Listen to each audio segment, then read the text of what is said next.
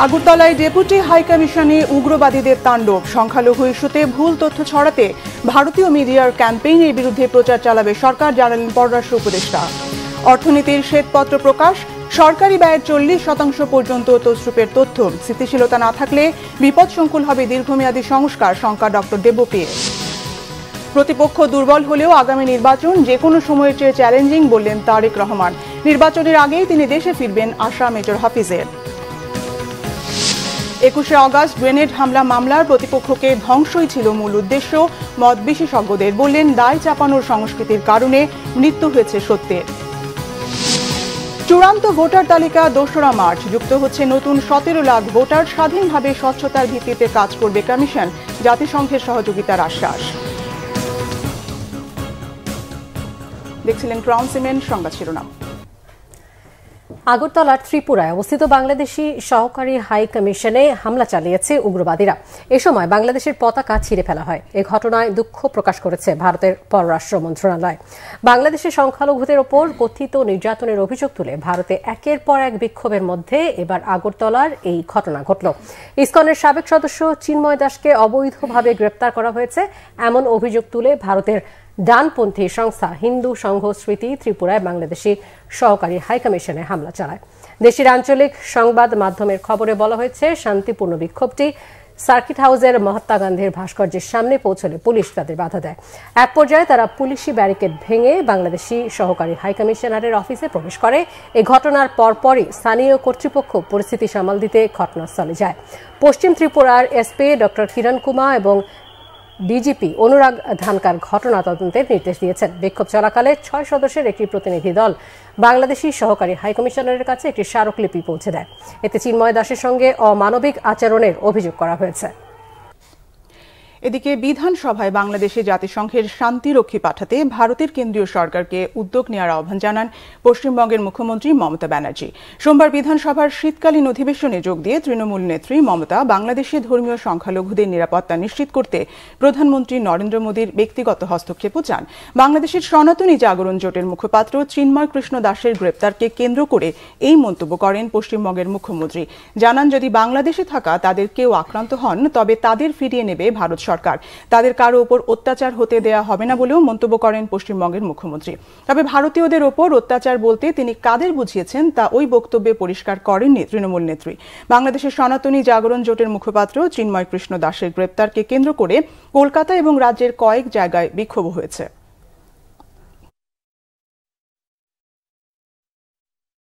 দেশের সাম্প্রদায়িক ইস্যুতে ভারতের গণমাধ্যম মিথ্যাচার করলেও এখনই ভারতকে দোষারোপ করছে না অন্তর্বর্তী সরকার। পররাষ্ট্র উপদেষ্টা তৌহিদ হোসেন বলেছেন, হিন্দু ইস্যুতে ভারতীয় মিডিয়া সারা বিশ্বে মিথ্যাচার করছে, যার বিরুদ্ধে বাংলাদেশও প্রচার চালাবে। তিনি মনে করেন ভারত নিজ স্বার্থেই বাংলাদেশের সাথে সম্পর্ক এগিয়ে নেবে। রিপোর্ট ফরুক বাবর। ভারতের দাসত্ব বরণ করে দীর্ঘ 15 বছর জোর করে বাংলাদেশের ক্ষমতায় থাকা আওয়ামী লীগ নেত্রী শেখ হাসিনা পালিয়ে যাবার পর থেকেই দেশটির মিডিয়া সংখ্যালঘু নির্যাতনের মিথ্যা নাটক মঞ্চায়ন করে যাচ্ছে। তাই সারা বিশ্বকে সত্য জানানোর জন্য বাংলাদেশের পক্ষ থেকে বিভিন্ন রাষ্ট্রদূত ও সংস্থার প্রতিনিধিদের নিয়ে কূটনৈতিক সংবাদ সম্মেলন করেছেন পররাষ্ট্র উপদেষ্টা তৌহিদ হোসেন। কাউকে দোষারোপ নয়, নিজেদের স্বচ্ছতা প্রকাশ করতে এই আয়োজন করে বাংলাদেশ সরকার। ভারত সহ 62টি দেশ ও সংস্থার কূটনীতিকরা সংবাদ সম্মেলনে উপস্থিত হন। এ বিষয়ে পরবর্তীতে গণমাধ্যমকে উপদেষ্টা তৌহিদ হোসেন জানান, আমরা সত্যকেই তুলে ধরেছি, যা শুনে কূটনীতিকরা সন্তুষ্ট, কারণ তারাও তদন্ত করছে হিন্দু নির্যাতনের বিষয়ে। এই সরকার কোনো ধরনের কোনো সাম্প্রদায়িক যে কার্যকলাপ সেটাকে বরদাস্ত করবে না, এবং সেটা হিন্দু বলে কথা নয়, মুসলিম বলে কথা নয়। আমরা সবাইকে সমাজ করতে দেখবো এবং এই মেসেজটা আমরা সবাইকেই দিতে চাই, পার্টিকুলার কোনো একটা অংশকে না, সবাইকে এই মেসেজটা দিতে চেয়েছি। এবং এটাও আমরা বলেছি যে এ ব্যাপারে আইনটার গতিতে চলবে এবং সেখানে যদি কেউ বিশৃঙ্খলা সৃষ্টির চেষ্টা করে অবশ্যই সেটাকে শক্ত হাতে দমন করা হবে। এই মেসেজটা সবার কাছে গেছে। তিনি বলেন, বিতর্কিত 4টি নির্বাচন ও গণ অভ্যুত্থানের সময় 1500 হত্যার বিষয়ে নীরব থাকা ভারতীয় মিডিয়া 5 আগস্টের পর দেশের সাম্প্রদায়িক ইস্যুতে বিশ্বব্যাপী মিথ্যাচার করছে। 4টা নির্বাচনকে মোটামুটি তারা এক পর্যায়ে ফেলেছে, 3বার পুনর্নির্বাচিত হয়েছে। সেই নির্বাচনটা কি মানের হয়েছে সেটা একটি শব্দ সেখানে নেই। 1500 ছেলে মেয়েকে হত্যা করা হয়েছে, একটা শব্দ উল্লেখ নেই সেখানে এখানে। এবং সবচেয়ে বড় কথা, আমাদের দূতাবাসকে জানানো পর্যন্ত হয়নি যারা এই কাজটা করছে। এটা ভুলে গেলে চলবে না যে এটা কিন্তু একটা গ্লোবাল ক্যাম্পেইন চলছে। গ্লোবাল ক্যাম্পেইন চলছে, গ্লোবের সবাই যে পার্টিসিপেট করছে তারা, কিন্তু গ্লোবাল ক্যাম্পেইনটা চলছে কিন্তু একটা বিশেষ গোষ্ঠীর তারা চেষ্টা করেছে, সবখানে তারা হিট করার চেষ্টা করছে। এ সময় ভারতীয় ভিসা, চিকিৎসা ও রাজনৈতিক বিভিন্ন দলের নেতাদের বক্তব্য নিয়েও মন্তব্য করেছেন পররাষ্ট্র উপদেষ্টা। পশ্চিমবঙ্গের মুখ্যমন্ত্রীর বক্তব্যকে অপরিপক্ক বলেও মন্তব্য করেছেন তৌহিদ হোসেন। ফররুখ বাবু, বাংলা ভিশন, ঢাকা। পার্শ্ববর্তী দেশের মিডিয়া বাংলাদেশ নিয়ে অনেক মিথ্যা খবর প্রচার করে অভিযোগ স্বরাষ্ট্র উপদেষ্টা জাহাঙ্গীর আলম চৌধুরীর। দুপুরে রংপুরের পীরগঞ্জে শহীদ আবু সাইদের কবর জিয়ারত শেষে সাংবাদিকদের প্রশ্নের জবাবে তিনি কথা বলেন। স্বরাষ্ট্র উপদেষ্টা আরও বলেন, বাংলাদেশের গণমাধ্যম সত্য খবর প্রচারের মাধ্যমে তাদের মিথ্যা প্রচারকে বন্ধ করতে পারে। দেশে কোনো অস্থিতিশীল পরিস্থিতি তৈরি হয়নি বলে সাফ জানিয়ে দেন তিনি। হুঁশিয়ারি দেন, জুলাই আগস্ট আন্দোলন ঘিরে ঢালাও মামলা যারা দিচ্ছেন তাদেরও আইনের আওতায় আনা হবে। মিথ্যা মামলায় কেউ যেন হেনস্থা না হয় তা নিশ্চিত করতে কমিটি গঠন করা হয়েছে বলেও জানান স্বরাষ্ট্র উপদেষ্টা। শীতার্তদের মাঝে কম্বল বিতরণ এবং পুলিশ লাইন অডিটোরিয়ামে জেলা ও মহানগর পুলিশের কর্মকর্তাদের সঙ্গে মতবিনিময় করেন স্বরাষ্ট্র উপদেষ্টা।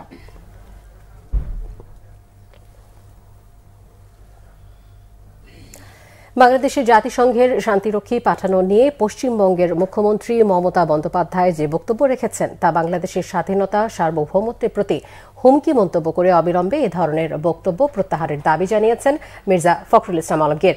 এক প্রতিক্রিয়ায় বিএনপি মহাসচিব বলেন, ভারতের পশ্চিমবঙ্গের মুখ্যমন্ত্রী যে উক্তি বাংলাদেশের শান্তি বাহিনী প্রেরণের জন্য যে বক্তব্য রেখেছেন এটা সম্পূর্ণভাবে বাংলাদেশের স্বাধীনতা, সার্বভৌমত্বের প্রতি হুমকি। এই বক্তব্যের মধ্যে দিয়ে নেতৃবর্গের যে দৃষ্টিভঙ্গি তা কিছুটা হলেও প্রকাশিত হয়েছে। পশ্চিমবঙ্গে মুখ্যমন্ত্রী মমতা বন্দ্যোপাধ্যায়ের এই বক্তব্য তার অবিলম্বে প্রত্যাহার করা উচিত। এ ধরনের কোনো চিন্তাও তাদের মধ্যে থাকা উচিত হবে না, কারণ বাংলাদেশের মানুষ মুক্তিযুদ্ধ করে দেশ স্বাধীন করেছে এবং সম্প্রতি একটা বিপ্লবের মধ্যে দিয়ে তারা গণতন্ত্রকে ফিরে পেয়েছে। এদেশের মানুষ যে কোনো মূল্যে এ ধরনের চক্রান্তকে রুখে দেবে। প্রধান উপদেষ্টার সভাপতিত্বে কেইপিজেড পরিচালনা কমিটির সভায় কোরিয়ান ইপিজেটের ভূমি নিবন্ধন ফাস্ট ট্র্যাক করার পাশাপাশি বন্ড লাইসেন্স প্রক্রিয়া সহজ করার সিদ্ধান্ত হয়েছে। সকালে প্রধান উপদেষ্টার তেজগাঁওয়ের কার্যালয়ে প্রধান উপদেষ্টার সভাপতিত্বে কেইপিজেড এর গভর্নিং বডির প্রথম বৈঠক অনুষ্ঠিত হয়। সভায় জানানো হয়, ভূমি নিবন্ধন, বন্ড লাইসেন্সিং সহজীকরণ, বিকেন্দ্রীকরণ, সর্বত্র আমলাতান্ত্রিক জটিলতা মুক্ত করার বাস্তব উদ্যোগ নেওয়া হয়েছে। কোরিয়ান রপ্তানি প্রক্রিয়াকরণ অঞ্চলে বাকি জমি যত দ্রুত সম্ভব হস্তান্তর করা, রপ্তানি প্রক্রিয়া অঞ্চলের একটি মডেল কর্তৃপক্ষের উদাহরণ তৈরি, বন্ড লাইসেন্সিং সহজীকরণ ও শ্রম আইন নিয়ে খোলামেলা আলোচনার বিষয়ে সিদ্ধান্ত হয়। আশা করা হচ্ছে এসব উদ্যোগ বিদেশি বিনিয়োগকারীদের বাংলাদেশের ব্যবসা বান্ধব নীতির বিষয়ে একটি বার্তা দেবে।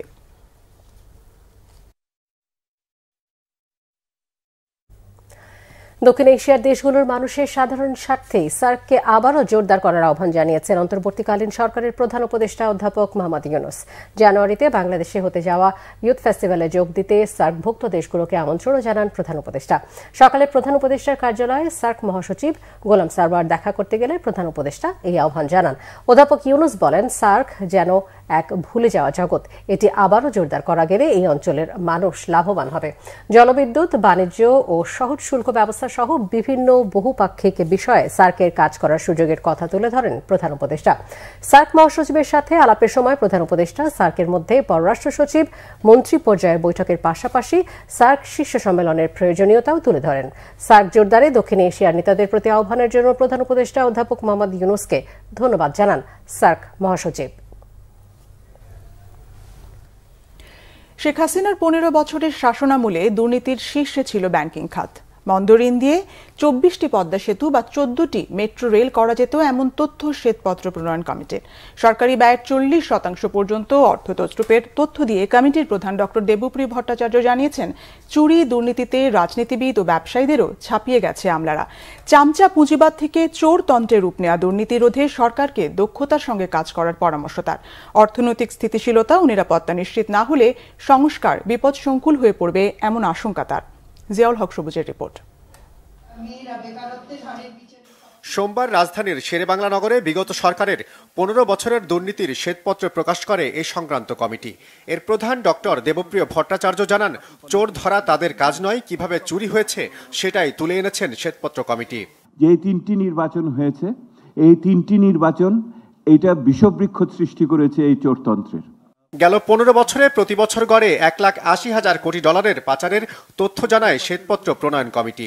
পাচারের টাকায় দুবাইতে 532টি বাড়ি ছাড়াও বিভিন্ন দেশে গড়ে তোলা হয়েছে সেকেন্ড হোম।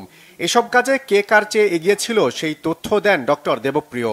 1 নম্বরে আসলে আপনারা ব্যাংকিং খাত, 2 নম্বরে যায় হলো অবকাঠামোর বিভিন্ন ক্ষেত্রে যেটা 30-40% পর্যন্ত চুরি হয়েছে, এটি আমাদের ধারণা। এবং অনেক ক্ষেত্রে এই প্রকল্পগুলো অকার্যকরভাবেই সারা জীবন হয়তো বহন করতে হবে শ্বেত হস্তির মতো। তো আর তৃতীয়ত হলো জ্বালানি খাত। আরেকটি খাতকে আমরা উল্লেখ করেছি যে খাতটিকে ধরা খুব কঠিন, সেটা হলো আইসিটি খাত। আপনাদের দৃষ্টিতে, জনগণের দৃষ্টিতে কে বেশি দুর্নীতিবাজ, রাজনীতিবিদ, ব্যবসায়ী নাকি আমলা? আমি উত্তর বদল হতে দেখেছি। প্রথম দিকে এটা ছিল রাজনীতিবিদ বলতো, তারপরে ব্যবসায়ী বলতো, কিন্তু শেষ পর্যন্ত সবচেয়ে বেশি সবাই মিলে আমলার কথা বলেছে। কমিটির সদস্যরা জানান, মেগা প্রকল্পের নামে সরকারি ব্যয়ে 40% পর্যন্ত অর্থ তছরূপ হয়েছে। দেশ থেকে চুরি ও অর্থ পাচারের পরিমাণ মোট জিডিপির প্রায় 3.5% বলে মনে করে শ্বেতপত্র কমিটি। পরবর্তী পরিকল্পনার অংশ হিসেবে অন্তর্বর্তী সরকারকে 2 বছরের কর্মপরিকল্পনা তৈরির পরামর্শ দেন ডক্টর দেবপ্রিয়। একটি 2 বছর মেয়াদী পরিকল্পনা সামনে থাকলে পরে বিভিন্ন সংস্কারগুলোকে এর আবরণে আমরা দেখতে পারি। কিভাবে আমার মূল্যস্ফীতি, বিনিয়োগ, কর্মসংস্থান, স্বাস্থ্যসেবা, সামাজিক সুরক্ষা, এগুলোকে আমার একটা মধ্যমেয়াদী পরিকল্পনায় আমার আনতে হবে। একটি হলো অর্থনৈতিক স্থিতিশীলতা, আরেকটি হলো আইন শৃঙ্খলা, নিরাপত্তার স্থিতিশীলতা। যদি নিরাপত্তা না থাকে, যদি একই রকমভাবে জিনিসপত্রের দাম নিয়ন্ত্রণে না থাকে, তাহলে ওই যে দীর্ঘমেয়াদী সংস্কারের কথা বলছি, এইটা বিপদসংকুল হয়ে যাবে। দুর্নীতির ফিরিস্তি প্রকাশের জন্য শ্বেতপত্র কমিটি যে কাজ করেছে তা দেশি বিদেশি পরামর্শক দিয়ে করালে অন্তত 25 কোটি টাকা খরচ হতো, যা কোনো অর্থ ছাড়াই করে দিয়েছে শ্বেতপত্র প্রণয়ন কমিটি। জিয়াউল হক সবুজ, বাংলা ভিশন, ঢাকা। বিএনপির ভারপ্রাপ্ত চেয়ারম্যান তারেক রহমান বলেছেন, প্রতিপক্ষ দুর্বল হলেও আগামী নির্বাচন যে কোনো সময়ের চেয়ে চ্যালেঞ্জিং। খুলনা প্রেস ক্লাবে বিভাগীয় বিএনপির আয়োজনে রাষ্ট্র কাঠামো মেরামতের 31 দফা ও জনসম্পৃক্তি নিয়ে এক প্রশিক্ষণ কর্মশালায় ভার্চুয়ালি যুক্ত হয়ে তিনি কথা বলেন। দ্রব্যমূল্য নিয়ে তারেক রহমান বলেন, চাঁদাবাজি নিয়ন্ত্রণ করা গেলে দ্রব্যমূল্য নিয়ন্ত্রণ করা সম্ভব। কর্মশালায় সভাপতিত্ব করেন বিএনপির খুলনা বিভাগীয় সহ সাংগঠনিক সম্পাদক আনিদুল ইসলাম অমিত।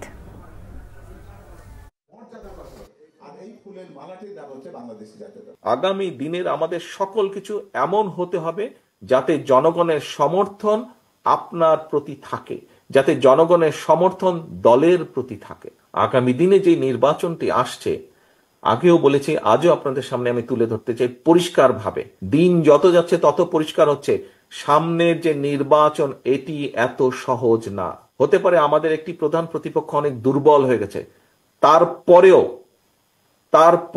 এই নির্বাচন বাংলাদেশের যে কোনো নির্বাচনের থেকে অনেক কঠিন নির্বাচন হতে যাচ্ছে, অনেক কঠিন নির্বাচন হতে যাচ্ছে। কারণ 20 বছর আগের যখন মানুষ নির্ভয়ে, কম বেশি নির্ভয়ে ভোট দিতে পারত, আপনি যদি সেই 2001-এর নির্বাচন ধরে থাকেন, সেই সময় থেকে মানুষের চিন্তাধারা পরিবর্তন হয়েছে, মানুষের ধ্যান ধারণার পরিবর্তন হয়েছে, মানুষ এখন অনেক অনেক সচেতন।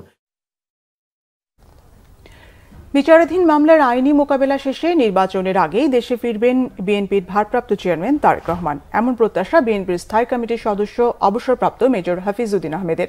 বনানীর বাসায় সাংবাদিকদের সঙ্গে আলাপকালে তিনি এই প্রত্যাশার কথা জানান। মেজর হাফিজ বলেন, দেশের মানুষ নির্বাচিত রাজনৈতিক দলকে ক্ষমতায় দেখতে চায়।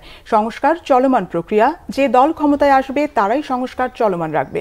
বিএনপির স্থায়ী কমিটির এই সদস্য অভিযোগ করেন, দেশের আইন শৃঙ্খলা পরিস্থিতি খারাপ, দ্রব্যমূল্য নিয়ন্ত্রণের বাইরে।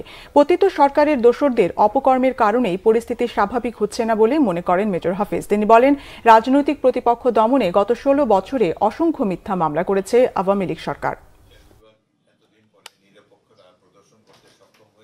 আমাদের নেতাকর্মীরা অত্যন্ত উল্লসিত যে তার দেশে ফেরার পথ অনেক সুগম হয়েছে। আমরা আশা করি অতি অল্প সময়ের মধ্যে এই মামলাগুলো নিষ্পত্তি হলে তিনি আসবেন। এবং অবশ্যই আগামী নির্বাচনের আগে তো তাকে আমরা চাই, এবং তিনি আসার ফলে রাজনৈতিক দৃশ্যপট অনেক পরিবর্তিত হবে, দেশের মানুষ অখণ্ড আশ্বস্ত হবে। এই দেশের মানুষ যত যাই বলি আমরা, তারা একটা রাজনৈতিক দলকে ক্ষমতায় দেখতে চায়, তারা তাদের প্রতিনিধি নির্বাচিত করে রাষ্ট্র পরিচালনার দায়িত্ব দিতে চায়। শুধুমাত্র আতেল মার্কা কথাবার্তা বললে তো তাদের সমস্যার সমাধান হবে না। সংস্কারের কথা বলা খুবই সোজা, সংস্কার তো চলমান প্রক্রিয়া, সংস্কার চলবে কিয়ামত পর্যন্ত, ততদিন পর্যন্ত আমরা বসেই থাকবে দেশের জনগণ। 21 আগস্ট গ্রেনেড হামলা মামলাটি ঘিরে অপেশাদারিত্ব, প্রতিহিংসা এবং প্রতিপক্ষকে ধ্বংস করাই ছিল মূল উদ্দেশ্য। একে অন্যের উপর দোষ চাপানোর সংস্কৃতির কারণে প্রকৃত সত্যের মৃত্যু হয়েছে বলেও মনে করেন রাজনৈতিক বিশেষজ্ঞ অধ্যাপক ডক্টর মাহবুবুল্লাহ। আর বিশিষ্ট আইনজীবী অ্যাডভোকেট জয়নুল আবেদিন বলেছেন, বিগত সরকারের উদ্দেশ্যই ছিল কিভাবে 21 আগস্টের মামলায় তারেক রহমানের নাম ঢুকিয়ে বিরোধী রাজনীতি ধ্বংস করা যায়। এই জন্য 3টি চার্জশিটের কোনোটিতেই তার নাম না থাকলেও আদালতকে প্রভাবিত করে রায় দিয়েছিল সরকার। মহিবুল্লাহ মহিবের রিপোর্টে বিস্তারিত। 2004 সালের 21 আগস্ট রাজধানীর বঙ্গবন্ধু এভিনিউয়ে আওয়ামী লীগের জনসভায় গ্রেনেড হামলায় 24 জনের মৃত্যু হয়। এ ঘটনায় আওয়ামী লীগ ক্ষমতায় আসার আগে 2008 সালে দণ্ডবিধি ও বিস্ফোরক আইনে দায়ের করা 2টি মামলায় 22 জনকে আসামি করে অভিযোগপত্র দেয় পুলিশ। সে সময় মুফতি হান্নান স্বীকারোক্তিমূলক জবানবন্দিও দেয়। সে অভিযোগপত্রে ছিল না তারেক রহমান এবং লুৎফুজ্জামান বাবরের নাম। 2008 সালের 29 ডিসেম্বর নির্বাচনে জয়ী হওয়ার পর মামলার অধিকতর তদন্ত চেয়ে আদালতে আবেদন করেন রাষ্ট্রপক্ষের আইনজীবীরা। তদন্ত কর্মকর্তা নিয়োগ দেয়া হয় আব্দুল কাহার আকন্দকে, যিনি পরবর্তীতে আওয়ামী লীগের হয়ে নির্বাচনে অংশ নেন। এরপর মুফতি হান্নানকে ফের রিমান্ডে নিয়ে আদায় করা হয় স্বীকারোক্তিমূলক জবানবন্দি। যদিও জবানবন্দি দেওয়ার পরপরই জবানবন্দি প্রত্যাহার চেয়ে আদালতে আবেদন করেন মুফতি হান্নান। বিচারকের সামনে রিমান্ডে নির্যাতনের বর্ণনাও দেন তিনি, কিন্তু আদালত তার আবেদন গ্রহণ করেনি। এরপর মুফতি হান্নানের দ্বিতীয় স্বীকারোক্তিমূলক জবানবন্দির আলোকে তারেক রহমান, লুৎফুজ্জামান বাবর সহ আসামির তালিকায় আরও 29 জনকে অন্তর্ভুক্ত করা হয়। নতুন করে শুরু হয় বিচার প্রক্রিয়া। এরপর 2018 সালের 10 অক্টোবর আলোচিত এই মামলায় বাবর সহ 19 জনকে মৃত্যুদণ্ড, তারেক রহমান সহ 19 জনকে দেয়া হয় যাবজ্জীবন কারাদণ্ড। বিভিন্ন মেয়াদে সাজা ও অর্থদণ্ড দেয়া হয় 11 জনকে। হাইকোর্ট বলছে, 2004 সালের 21 আগস্ট বিরোধী দলীয় নেতার সমাবেশে গ্রেনেড হামলা, আইভি রহমান সহ 24 জনের মৃত্যু ছিল মর্মান্তিক ঘটনা। কিন্তু মামলার অধিকতর তদন্ত, মুফতি হান্নানের দ্বিতীয় দফার জবানবন্দি, অধিকতর তদন্ত প্রতিবেদন দাখিলের প্রক্রিয়া সবকিছুই ছিল বেআইনি। বিশেষজ্ঞরা বলছেন, ম্যাজিস্ট্রেট আদালতে একই মামলায় একজন আসামির 2 বার স্বীকারোক্তিমূলক জবানবন্দি দেওয়া এবং স্বীকারোক্তিমূলক জবানবন্দি প্রত্যাহারের আবেদন গ্রহণ না করে ওই স্বীকারোক্তির ভিত্তিতে বিচার করার পুরো বিষয়টি ছিল রাজনৈতিক। পুরো মামলাটাকে ঘিরে যেটা অপেশাদারত্ব, প্রতিহিংসা, ঘৃণা, প্রতিপক্ষকে দুর্বল করা এবং প্রতিপক্ষের রাজনীতিকে ধ্বংস করা, এগুলাই ছিল এই মামলার উদ্দেশ্য।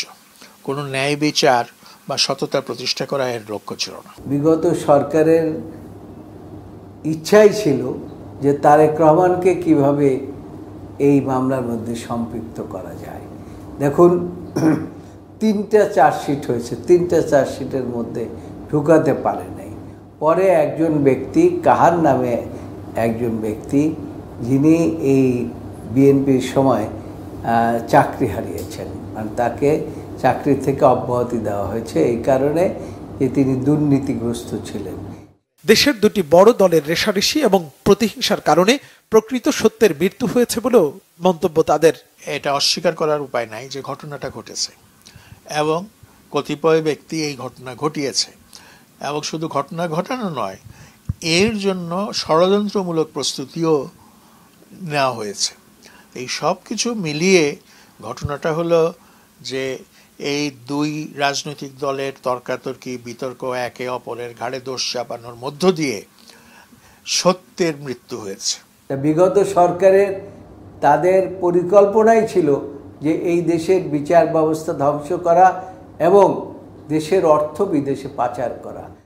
যারা বিনা অপরাধে জেল খেটেছে তাদের ক্ষতিপূরণ দেওয়া উচিত বলেও মনে করেন সংশ্লিষ্টরা। স্বাধীনভাবে। মুহিবুল্লাহ মুহিব, বাংলা ভিশন, ঢাকা। নতুন 17 লাখ ভোটার যুক্ত করে 2রা মার্চ চূড়ান্ত ভোটার তালিকা প্রকাশ করবে নির্বাচন কমিশন। এরপর যারা তালিকার বাইরে থাকবেন বাড়ি বাড়ি গিয়ে তাদের তথ্য সংগ্রহ করা হবে। কমিশনের প্রথম সভা শেষে এসব তথ্য জানিয়েছেন কমিশনার আবুল ফাজল মোহাম্মদ সানাউল্লাহ। এদিকে বাংলাদেশে অবাধ ও সুষ্ঠু নির্বাচন আয়োজনকে কমিশনকে সব ধরনের সহযোগিতা করবে জাতিসংঘ। সিইসির সঙ্গে বৈঠকে আশ্বাস দিয়েছেন বিশ্ব সংস্থাটির আবাসিক প্রতিনিধি গুয়েন লুইস। রিপোর্ট করছেন এসএম ফয়েজ। নির্বাচন কমিশন গঠনের পর সোমবার প্রথম সভা হয়েছে রাজধানীর আগারগাঁওয়ে নির্বাচন কমিশন ভবনে। 2.5 ঘন্টার বৈঠক শেষে গণমাধ্যমের সঙ্গে কথা বলেন নির্বাচন কমিশনার আবুল ফজল মোহাম্মদ সানাউল্লাহ। জানান, নানা বিষয়ে কাজ করতে করা হয়েছে কমিটি। জাতীয় পরিচয়পত্র, ভোটার তালিকা, নির্বাচন ব্যবস্থাপনা ও তথ্য প্রযুক্তি প্রয়োগ কমিটি, এটার সাথে সম্পৃক্ত থাকবো আমি এটার কমিটি প্রধান। আইন ও বিধিমালা সংস্কার কমিটি, এটার সাথে থাকবেন মাননীয় নির্বাচন কমিশনার আব্দুর রহমান আল মাসুদ। সীমানা পুনর্নির্ধারণ, জাতীয় স্থানীয় সরকার প্রতিষ্ঠানের নির্বাচন প্রস্তুতি, ভোট কেন্দ্র স্থাপন, ভোট গ্রহণকারী কর্মকর্তাদের প্যানেল প্রস্তুত ও তদারকি কমিটি, এটার সাথে থাকবেন মাননীয় নির্বাচন কমিশনার আনোয়ারুল ইসলাম সরকার। এবং নিয়োগ, পদোন্নতি, প্রশাসনিক সংস্কার ও পুনর্বিন্যাস এবং দক্ষতা উন্নয়ন সংক্রান্ত কমিটির প্রধান থাকবেন মাননীয় নির্বাচন কমিশনার তাহমিদ আহমেদ। কমিশনার জানান, আগামী 2 মার্চ প্রকাশ করা হবে ভোটার তালিকা। 2রা মার্চে চূড়ান্ত আকারে 2রা মার্চে আপনার তালিকা প্রকাশ হয়ে যাবে। কিন্তু যারা বাদ পড়লো, আমরা চাই যে তারা আমাদের ভোটার তালিকায় সন্নিবেশিত হোক। এই জন্য আমরা সিদ্ধান্ত নিয়েছি আমরা বাড়ি বাড়ি গিয়ে তাদের তথ্য সংগ্রহ করব। আমাদের উদ্দেশ্য হচ্ছে একটা শুদ্ধ এবং পূর্ণাঙ্গ তালিকা, যেখানে সঠিকতা যেন 100% আমরা নিশ্চিত করতে পারি। আর পাশাপাশি যারা প্রাপ্তবয়স্ক এবং 1 জানুয়ারি 2025 এবং পরবর্তীতে 1 জানুয়ারি 2026-এ যারা ভোটার হওয়ার যোগ্য, তারা কেউ যেন বাদ না পড়েন। সংসদীয় আসন সীমানা নিয়ে কিছু অভিযোগ ছিল, সেই অভিযোগগুলি নিয়ে আলোচনা, এটা নিয়ে আমরা আজকে আলোচনা করি নাই। পরে বিকালে প্রধান নির্বাচন কমিশনার এএমএম নাসিরউদ্দিনের সঙ্গে সৌজন্য সাক্ষাৎ করেন জাতিসংঘের আবাসিক প্রতিনিধি গোয়েন লুইস। কথা বলেন সাংবাদিকদের সাথে। জানান, আগামী জাতীয় নির্বাচন অবাধ ও সুষ্ঠু করতে কমিশনের সঙ্গে আলোচনা হয়েছে। বর্তমান নির্বাচন কমিশনকে সমর্থন জানাতে এসেছি। সুষ্ঠু নির্বাচন আয়োজনে জাতিসংঘ কি ধরনের কারিগরি সহায়তা দিতে পারে সে বিষয়ে সিইসির সঙ্গে কথা হয়েছে। আনন্দের বিষয়, এই নির্বাচন কমিশন স্বচ্ছতার সঙ্গে গঠিত হয়েছে। স্বাধীনভাবে কাজ করার জন্য অন্তর্বর্তীকালীন সরকারের সমর্থন পাবে। আমরা এই কমিশনের সঙ্গে নিবিড়ভাবে কাজ করব। নির্বাচনের সময়সীমা নিয়ে আজকে সাক্ষাতে কোনো আলাপ হয়নি। এটি অন্তর্বর্তীকালীন সরকারের রাজনৈতিক সিদ্ধান্তের বিষয়। নতুন নির্বাচন কমিশন স্বাধীনভাবে স্বচ্ছতার সঙ্গে কাজ করবে, এমনটাই আশা জাতিসংঘের। SM Foyez, Bangla Vision, Dhaka. জুলাই আগস্টের গণহত্যার অভিযোগে পতিত আওয়ামী লীগ সরকারের সাবেক 2 মন্ত্রী আমির হোসেন আমু ও অ্যাডভোকেট কামরুল ইসলামের গ্রেপ্তার আবেদন মঞ্জুর করে 4 ডিসেম্বর আন্তর্জাতিক অপরাধ ট্রাইব্যুনালে হাজিরের নির্দেশ দেওয়া হয়েছে। গুমের অভিযোগের মামলায় র্যাবের সাবেক 2 কর্মকর্তা মহিউদ্দিন ফারুকী ও আলেপ উদ্দিনকে গ্রেফতার দেখিয়েছে আন্তর্জাতিক অপরাধ ট্রাইব্যুনাল। বিচারপতি গোলাম মুর্তজা মজুমদারের নেতৃত্বাধীন 3 সদস্যের বেঞ্চ এই আদেশ দেয়। রিপোর্ট শুভ মাহফুজের। গুমের অভিযোগে এই প্রথম আন্তর্জাতিক অপরাধ ট্রাইব্যুনালে হাজির করা হয় র্যাবের সাবেক 2 সদস্যকে। শুধু গুমই নয়, বৈষম্য বিরোধী ছাত্র আন্দোলনে রাজধানীর শনিয়াখড়ায় জুবায়ের উমরকেও হত্যার অভিযোগ রয়েছে তাদের বিরুদ্ধে। সোমবার সকালে কাশিমপুর কারাগার থেকে ট্রাইব্যুনালে আনা হয় 2 জনকেই। এ সময় অনেকটাই ভাবলেশহীন দেখা যায় তাদের। এমনকি এজলাসে দাঁড়িয়ে টিভি কার্যালয়ের জিজ্ঞাসাবাদ নিয়েও প্রশ্ন তোলেন তারা। শুনানি শেষে তাদেরকে এই মামলায় গ্রেপ্তার দেখিয়ে কারাগারে পাঠান আন্তর্জাতিক অপরাধ ট্রাইব্যুনাল। 2 জন পুলিশ কর্মকর্তা, একজন আলেপ উদ্দিন আর একজন মহিউদ্দিন ফারুকী, তাদের বিরুদ্ধে গুমের অভিযোগ আনা হয়েছে এবং যাকে গুম করা হয়েছে সে গুমে ছিল 4 মাস এবং গুমের পরবর্তী কারাগারে আবদ্ধ ছিল 7 বছর। সেখান থেকে বের হয়ে এসে এই গুম ভিকটিমরা নিজেই আমাদের কাছে অভিযোগ করেছে। তার অভিযোগে দেখা গিয়েছে যে তাকে গুম করে নিয়ে খুব নির্যাতন করা হতো, উল্টিয়ে পা উপরের দিকে মাথা নিচের দিকে দিয়ে নির্যাতন করার একটি সময় তার চোখের বাঁধন খুলে যায়। তখন সেই আসামিদেরকে দেখতে পায়। এদিকে জুলাই আগস্টের গণ অভ্যুত্থান ঠেকাতে ছাত্র জনতার উপর গণহত্যায় পতিত শেখ হাসিনা সরকারের সাবেক দুই প্রভাবশালী নেতা আমির হোসেন আমু ও অ্যাডভোকেট কামরুল ইসলামের গুরুত্বপূর্ণ ভূমিকার অভিযোগ রয়েছে। গত 17 অক্টোবর গণহত্যার দায়ে যে 45 জনের বিরুদ্ধে গ্রেপ্তারি পরোয়ানা জারি করা হয়েছিল সে তালিকাও রয়েছেন এই দুই নেতা। সোমবার প্রসিকিউশনের আবেদনের প্রেক্ষিতে গ্রেপ্তার দেখানো হয় তাদের। ট্রাইব্যুনালে হাজির করতে বলা হয় আগামী 4 ডিসেম্বর। 19 জুলাই 2024 তারিখ তখন দেশব্যাপী যে গণহত্যা এবং মানবতা বিরোধী অপরাধ চলছে, তখন 14 দলের সাথে একটি মিটিং হয়, যে মিটিংয়ে কারফিউ জারির সিদ্ধান্ত হয় এবং কারফিউ জারির সিদ্ধান্তের সাথে সাথে দেখা মাত্র গুলির নির্দেশ হয়। সেই সমাবেশে উনি একজন অন্যতম নীতি নির্ধারক হিসেবে উপস্থিত ছিলেন এবং এই সিদ্ধান্ত উনি নিয়েছিলেন এবং ওনার সাথে আরও অনেকেই নিয়েছিলেন। সেটি আপনারা পত্রপত্রিকা এবং ইলেকট্রনিক মিডিয়াতে আপনারা দেখেছেন। সে সকল অভিযোগ আমরা ট্রাইব্যুনালে পড়ে শুনিয়েছি। অন্যদিকে পিলখানা হত্যাকাণ্ডের ঘটনা স্বাধীন তদন্ত কমিশন গঠনের কথা উচ্চ আদালতকে জানিয়েছে রাষ্ট্রপক্ষ। শুভ মাহফুজ, বাংলা ভিশন, ঢাকা। সনাতনী জাগরণী জোটের নেতা চিন্ময় দাসকে কারাগারে নেওয়ার সময় চট্টগ্রাম আদালত চত্বরে তার অনুসারীদের হামলায় 10 পুলিশ আহত ও ভাঙচুরের মামলায় 8 আসামির 7 দিনের রিমান্ড মঞ্জুর করেছে আদালত। একই সঙ্গে আইনজীবী সাইফুল ইসলাম আলিফ হত্যা মামলায় 9 আসামিকে গ্রেপ্তার দেখিয়েছে আদালত। সকালে কঠোর নিরাপত্তায় আসামিদের আদালতে হাজির করা হয়। বিকেল 4টার পর প্রথম মেট্রোপলিটন ম্যাজিস্ট্রেট কাজী শরীফুল ইসলামের আদালত হাজির করা হয় আসামিদের। শুনানি শেষে আলাদা 2টি মামলায় আদালত এই নির্দেশনা দেয়। গ্রেপ্তার দেখানো আসামিরা হলেন সুমিত দাস, নয়ন দাস, গগন দাস, বিশাল দাস, রাজীব ভট্টাচার্য, সোনু মেথর, রুমিত দাস ও দুর্লভ দাস। শুনানি শেষে তাদের কারাগারে নিয়ে যাওয়া হয়। পুলিশ জানায় আইনজীবী হত্যাকাণ্ড ও আদালত চত্বরে হামলার ঘটনায় এরই মধ্যে 31 জনকে গ্রেফতার করা হয়েছে। এদের মধ্যে 3 জনকে সরাসরি হত্যার সঙ্গে জড়িত হিসেবে চিহ্নিত করা হয়েছে। বাকি আরও কয়েকজনকে গ্রেপ্তারে অভিযান চলছে।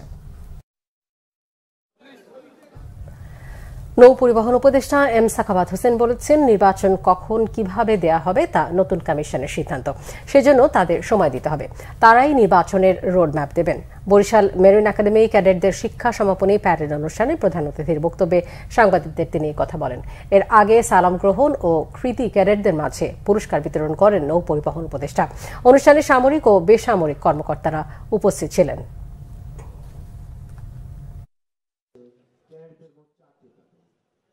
এখন একটি নির্বাচন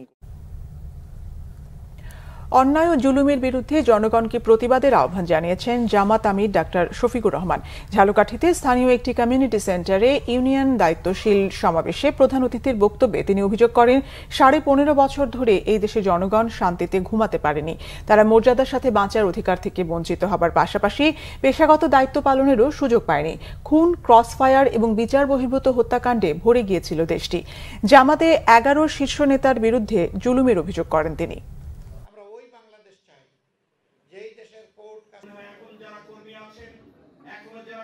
আমরা ওই বাংলাদেশ চাই যেই দেশের কোর্ট কাছারি, অফিস আদালত, মিল সেক্টর, ইন্ডাস্ট্রি, কর্পোরেশন, স্বায়ত্তশাসিত শাসিত প্রতিষ্ঠান কোথাও গিয়ে আপনি লাঞ্ছিত হবেন না, অপমানিত হবেন না, কারো ভিক্ষা আপনাকে চাইতে হবে না, বরঞ্চ আপনার অধিকার আপনাকে সম্মানের সাথে দিতে হবে। সেই বাংলাদেশ চাই। শ্রমিক তার ঘামের অধিকার পাবে। এই বাংলাদেশের স্বপ্ন আমরা দেখি, আমরা কথা দিচ্ছি। এ দায়িত্ব যদি আল্লাহ তাআলা আমাদেরকে দেন, আল্লাহ ভালো জানে, তাহলে জনগণের মনে অবশ্যই ভালোবাসা আল্লাহ পয়দা করে দেবেন। ঝালকাঠি প্রেস ক্লাবে সাংবাদিকদের সাথে মত বিনিময় করেছেন বাংলাদেশ জাতীয়তাবাদী গবেষণা কেন্দ্রের চেয়ারম্যান ইঞ্জিনিয়ার একে এম রেজাউল করিম। দুপুরে প্রেস ক্লাব সভাকক্ষে এই সভা অনুষ্ঠিত হয়। প্রধান অতিথির বক্তব্যে তিনি বলেন, ছাত্র জনতার গণ অভ্যুত্থানের স্বাধীনতাকে অর্থবহ করতে সংস্কার জরুরি। সংস্কার ছাড়া নির্বাচন হলে আবারও ফ্যাসিবাদ জেগে বসতে পারে। তাই প্রথমে সংস্কার, পরে নির্বাচন। এতে সভাপতিত্ব করেন সাংবাদিক আলামিন তালুকদার। আমার দেশ পত্রিকার সম্পাদক মাহমুদুর রহমান বলেছেন, বাংলাদেশকে স্বাধীন দেশ মনে করে না ভারত, তারা এই দেশকে তাদের উপনিবেশ মনে করে। হিন্দুত্ববাদীরা মিথ্যার উপর দাঁড়িয়েছে, মিথ্যা দিয়ে পৃথিবীকে জয় করতে চায় তারা। দুপুরে ব্রাহ্মণবাড়িয়া জামিয়া ইসলামিয়া ইউনুসিয়া মাদ্রাসায় হেফাজতে ইসলামের কেন্দ্রীয় মহাসচিব সহ আলেম উলামাদের সঙ্গে সৌজন্য সাক্ষাৎ শেষে সাংবাদিকদের তিনি এসব কথা বলেন। বাংলাদেশকে স্বাধীন দেশ মনেই করে না, তারা বাংলাদেশকে ভারতের উপনিবেশ মনে করে, আর আমাদের লড়াই হচ্ছে সেই তার বিরুদ্ধে যাতে আমরা স্বাধীনতা অর্জন করতে পারি। আমাদের এই দেশের সংখ্যাগরিষ্ঠ জনগণের ধর্ম ইসলাম, আমরা যদি ইসলামের মর্যাদা রক্ষা করতে পারি, এটাই আমাদের লক্ষ্য। হিন্দুত্ববাদীদের নিয়মিত মিথ্যার উপরে দাঁড়ানো, তারা তো মিথ্যার উপরে দাঁড়িয়ে আছে, কাজে মিথ্যা দিয়ে তারা পৃথিবীকে জয় করতে চায়। কিন্তু আল্লাহর আইন হচ্ছে যে সত্যের জয় হবে এবং মিথ্যা বিদরিত হবে, মিথ্যা পরাজিত হবে। অবিলম্বে শেখ হাসিনাকে দেশে ফিরিয়ে এনে বিচারের মুখোমুখি করার দাবি জানিয়েছে জাতীয় নাগরিক কমিটি।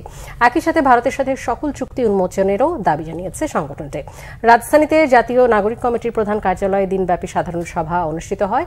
সভা শেষে সংবাদ সম্মেলনে সংগঠনটির নেতারা জানান, চলতি মাসের মধ্যেই সব কয়টি জেলার থানা ও উপজেলা কমিটি ঘোষণা করবে জাতীয় নাগরিক কমিটি। জাতীয় নাগরিক কমিটি 6 থেকে 9 ডিসেম্বর পর্যন্ত কার্যক্রমে বসিলা, রাজেন্দ্রপুর, জয়দেবপুর, কাশিমপুর, সাভার, আশুলিয়া, বাইপাইল ও উত্তরায় শ্রমিক সমাবেশ করবে। 10 ডিসেম্বর আন্তর্জাতিক মানবাধিকার দিবসকে সামনে রেখে সকল থানা উপজেলায় কর্মসূচি পালিত হবে।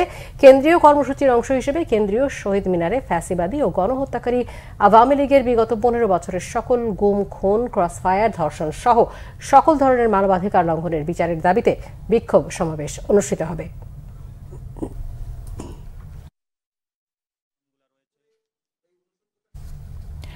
পার্বত্য শান্তি চুক্তি রাষ্ট্রের জন্য হুমকি হয়নি, বরং অখণ্ডতা রক্ষার পাশাপাশি আঞ্চলিক স্থিতিশীলতা নিশ্চিত করেছে। শান্তি চুক্তির 27 বছর পূর্তি উপলক্ষে রাজধানীতে এক সেমিনারে এমন অভিমত ব্যক্ত করছেন বক্তারা। সেমিনারের মূল বক্তা জাহাঙ্গীরনগর বিশ্ববিদ্যালয়ের অধ্যাপক মোহাম্মদ মুজাহিদুল ইসলাম বলেন, শান্তি চুক্তির মাধ্যমে স্থানীয় সম্প্রদায়কে সম্পৃক্ত করা গেছে এবং উন্নয়নের জন্য নতুন দ্বার উন্মোচিত হয়েছে। চুক্তিটি সংবিধানে অন্তর্ভুক্তির বিষয়টি রাজনৈতিক দলগুলোর সাথে আলোচনার পরামর্শ দেওয়া হয় সেমিনারে। অনুষ্ঠানের প্রধান অতিথি পার্বত্য চট্টগ্রাম বিষয়ক উপদেষ্টা সুপ্রদীপ চাকমা পার্বত্য চট্টগ্রামের শান্তি চুক্তির জন্য সংশ্লিষ্টদের কৃতজ্ঞতা জানান। বলেন, চুক্তির কোনো পরিবর্তন করতে চায় না, তবে কিছু বিষয়ে কাজ চলছে বলে জানান তিনি। এজন্য পার্বত্য চট্টগ্রামের মানুষকে ধৈর্য ধরার আহ্বান জানিয়ে সংস্কার কমিশনে তাদের দাবি জোরালো করার পরামর্শ দেন উপদেষ্টা। তিতুমির বিশ্ববিদ্যালয়ের সম্ভাব্যতা যাচাইয়ে করা কমিটির প্রেস বিজ্ঞপ্তি 48 ঘন্টার মধ্যে প্রকাশ না করলে কঠোর আন্দোলনের হুঁশিয়ারি দিয়েছেন আন্দোলনকারী শিক্ষার্থীরা। সকালে তিতুমির কলেজ ক্যাম্পাসে সংবাদ সম্মেলনে তারা এই আলটিমেটাম দেন। এ সময় তারা আরও 2টি দাবি তুলে ধরেন।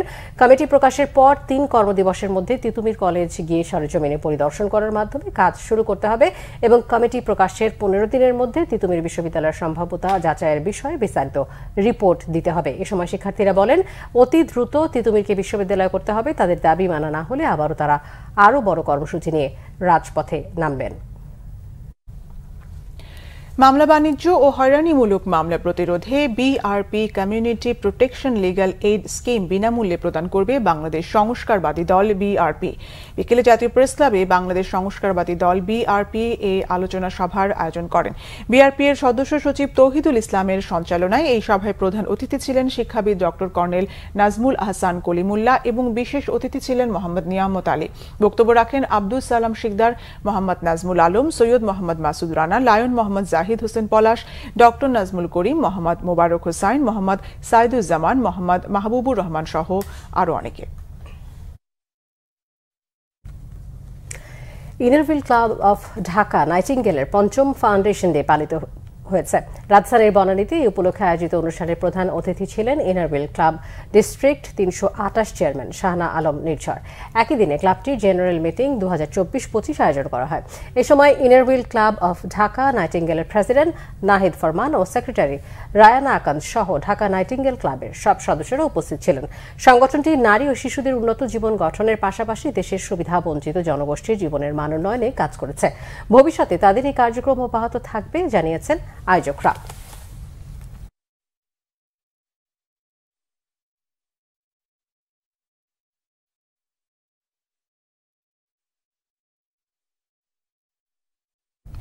সংবাদ শেষ করব ক্রাউন সিমেন্ট শিরোনামগুলো আরেকবার জানিয়ে।